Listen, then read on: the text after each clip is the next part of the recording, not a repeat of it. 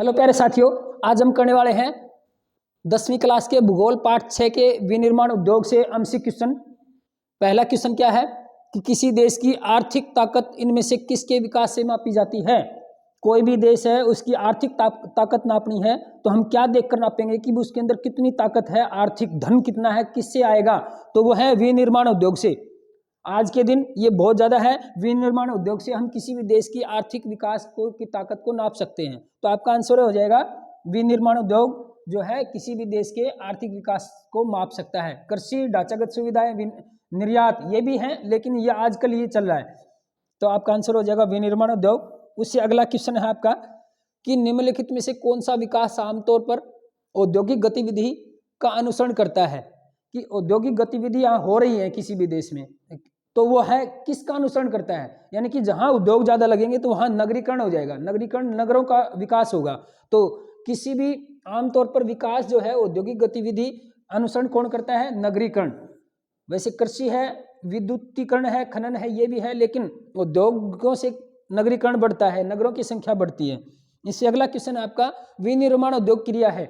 विनिर्माण उद्योग जैसे क्रियाकलाप होते हैं, प्राथमिक क्रियाकलाप, द्वितीय क्रियाकलाप, तृतीय क्रियाकलाप, चतुर्थ क्रियाकलाप। इस प्रकार जो विनिर्माण उद्योग है वो किस प्रकार का क्रियाकलाप है, वह है द्वितीयक।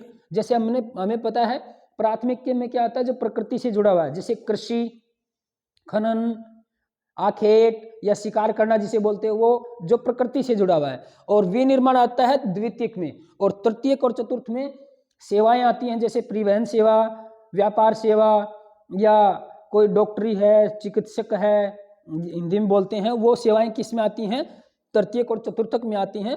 तो विनिर्माण उद्योग किस प्रकार का क्रियाकलाप है, द्वितीयक क्रियाकलाप है। उससे अगला क्वेश्चन है आपका कच्चे माल को मूल्यवान उत्पाद में परिवर्तित कर अधिक मात्रा में वस्तुओं के उत्पादन की निम्नलिखित में से कौन सी प्रक्रिया है। देखो क्या है, कच्चा माल है, क्या है भाई, कच्चा माल है, और उसको उत्पाद में परिवर्तित करना है। जैसे मान लो गेहूं है,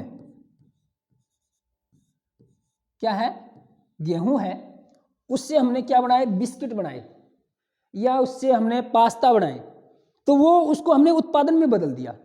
तो इस प्रकार कच्चे माल से परिवर्तन करके और उसकी मात्रा वस्तुओं के उत्पादन में कौन सी प्रक्रिया है, ये किस प्रकार की प्रक्रिया है कि एक कच्चे माल से हम कुछ वस्तु बनाएं, तो वो किस प्रकार की क्रिया है, वो द्वितीयक कार्य है। इसको हम विनिर्माण उद्योग भी कहते हैं। तो कच्चे माल से वस्तु तैयार करना क्या कहलाता है, विनिर्माण उद्योग या द्वितीय क्रियाकलाप आता है।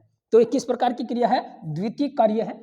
अगला कौन सा है, निम्न में से कौन सा कारक किसी उद्योग की अवस्थिति में सबसे महत्वपूर्ण भूमिका निभाता है। उद्योग की अवस्थिति, उद्योग लगाना है भाई, आपने उद्योग लगाना है तो क्या देखोगे, सबसे पहले कच्चा माल, पूंजी, बाजार, कर्मचारी या उसके अंदर जो काम करने वाले वो। तो इनमें से बताना है कि अवस्थिति में सबसे महत्वपूर्ण भूमिका निभाता है। कच्चे माल और शक्ति की उपलब्धता ये भी जरूरी है। श्रमिक शक्ति, हाँ श्रमिक भी चाहिए, मजदूर भी चाहिए। परिवहन और बाजार, बिल्कुल परिवहन उस सामान को ले जाने के लिए बाजार तक, और बाजार भी चाहिए। पूंजी और न्यूनतम उत्पादन लागत, पूंजी भी चाहिए। तो सबसे ज्यादा जरूरी क्या है, आप कोई उद्योग लगाना चाहते हैं, सबके सब जरूरी हैं, लेकिन सबसे ज्यादा जरूरी क्या है, धन। पैसे के बगैर आप कोई भी उद्योग नहीं लगा सकते। तो सबसे महत्वपूर्ण कारक कौन सा है, किसी भी उद्योग को अवस्थित करने के, किसी भी उद्योग को स्थित करने के लिए, उसको लगाने के लिए, तो सबसे जरूरी है पूंजी और न्यूनतम उत्पादन लागत। यानी कि पूंजी भी होनी चाहिए और जो उत्पादन कर रहे हैं उसके ऊपर कम से कम लागत आए। इसीलिए तो जो विदेशी हैं वो जो विकासशील देश हैं, विकसित देश, उनसे काम करवा रहे हैं। विकसित देश विकासशील देशों के लोगों से काम करवाए, क्योंकि वहां पर उत्पादन लागत कम हो जाती है। तो सबसे जो जरूरी है किसी भी उद्योग को लगाने के लिए पूंजी और न्यूनतम उत्पादन लागत। उससे अगला क्वेश्चन है आपका, निम्नलिखित में से कौन सा उद्योग अन्य तीनों से प्रयुक्त कच्चे माल के स्रोत के आधार पर भिन्न है। भाई 3 उद्योग है और वह प्रयुक्त कच्चे माल, कच्चा माल का प्रयोग कर रहा है, उसके स्रोत से अलग है। तो जैसे कि पेट्रो रसायन उद्योग है, सूती वस्त्र उद्योग है, चीनी वस्त्र उद्योग है, वनस्पति तेल उद्योग है। देखो ये तीनों के तीनों कृषि आधारित उद्योग है। ये खेती बाड़ी से जो उत्पादन है, जैसे सूती वस्त्र उद्योग है, ये कपास से बनेगा यानी कि कृषि से आया। चीनी उद्योग गन्ने से बनेगा, ये भी कृषि से आया। वनस्पति तेल जैसे सरसों का तेल है, मूंगफली का तेल है, ये भी खेती से बाड़ी से आया। लेकिन पेट्रो रसायन उद्योग जो है, पेट्रोलियम जमीन से निकाला जाता है, ये खनिज उद्योग है। तो इस प्रकार ये इनसे अलग है। तो आपका आंसर क्या हो जाएगा? पेट्रो रसायन उद्योग तीनों से कच्चे माल के स्रोत के आधार से अलग है। इस प्रकार अगला क्वेश्चन है आपका कि निम्नलिखित में से कौन सा देश विश्व में जूट और कच्चे जूट से बनी वस्तुओं का सबसे बड़ा उत्पादक है? जूट जिससे बोरी वगैरह बनाई जाती हैं, बैग जिसमें अनाज वगैरह डालते हैं, वो जूट से बनाते हैं। और ये जूट से बनी वस्तुओं और कच्चे माल के रूप में जो इस्तेमाल करता है, सबसे बड़ा उत्पादक कौन है? भारत। भारत जो है जूट उत्पादक सबसे बड़ा राज्य है और ये पश्चिम बंगाल आदि राज्यों में जूट का उत्पादन किया जाता है। उसके बाद अगला क्वेश्चन है आपका कि निम्नलिखित में से कौन सा नगर भारत की इलेक्ट्रॉनिक राजधानी के रूप में जाना जाता है?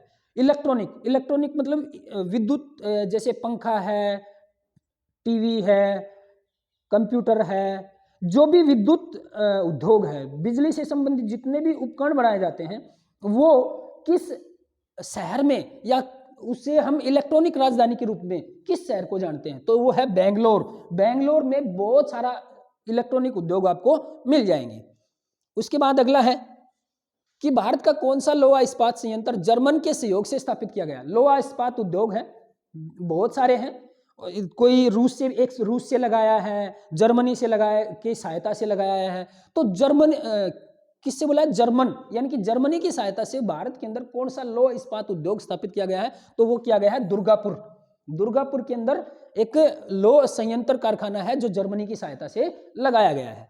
उसके बाद अगला क्वेश्चन है आपका कि विदेशी मुद्रा लाने में औद्योगिकरण कैसे सहायक है?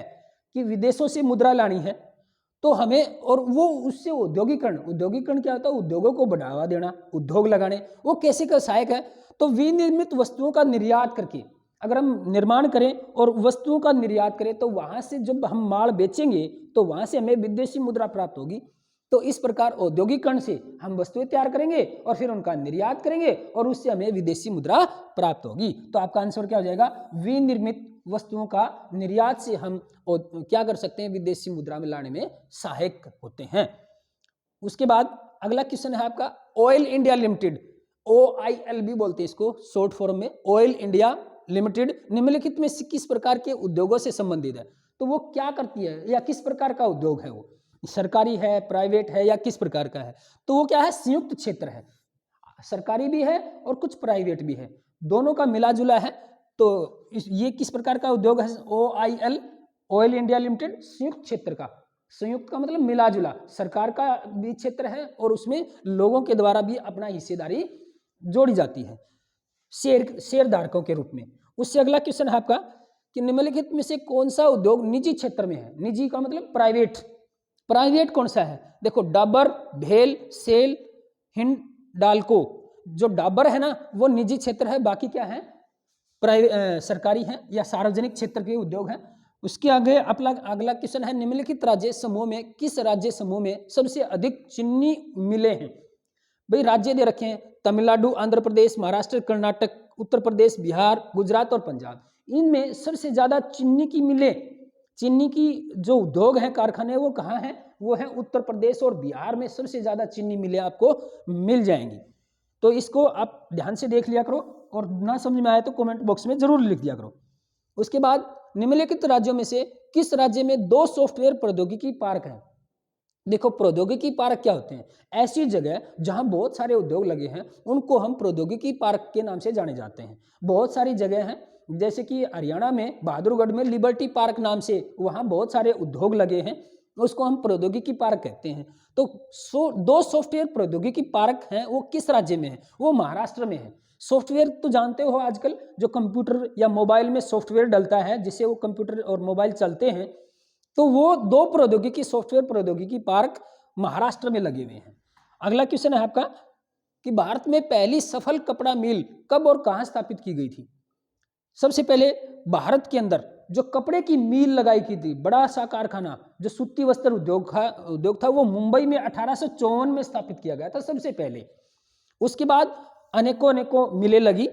इससे अगला क्वेश्चन है आपका कि निम्नलिखित में से कौन सा नगर लोहा और इस्पात उद्योग के अतिरिक्त वाहन निर्माण का उद्योग का केंद्र भी है। भाई लोहा इस्पात का उद्योग है और उसके साथ साथ वहां गाड़ियां भी बन रही हैं। वाहन का मतलब क्या होता है, गाड़ियां, बड़ी बड़ी गाड़ियां, ट्रक या कारें वगैरह बनती है। वो कौन सा है, जमशेदपुर जो है वहां लोहा इस्पात भी बनाया जाता है, लोहा भी पैदा किया जाता है और उसके साथ साथ गाड़ियां, जैसे सुना होगा जमशेद टाटा की गाड़ियां, जमशेद सिंह जी टाटा ने वो नगर बसाया था, इसलिए वहां लोहा उत्पादन के साथ साथ क्या होता है, वाहनों का निर्माण भी होता है। तो आपका आंसर हो जाएगा जमशेदपुर। उसके बाद अगला क्वेश्चन है कि इनमें से कौन सा उद्योग रसायनों का सबसे कम उपभोग करता है। रसायन जैसे कि पेट्रोकेमिकल रसायन होते हैं, वो सबसे कम उपभोग करता है, वो कौन सा है। उर्वरक,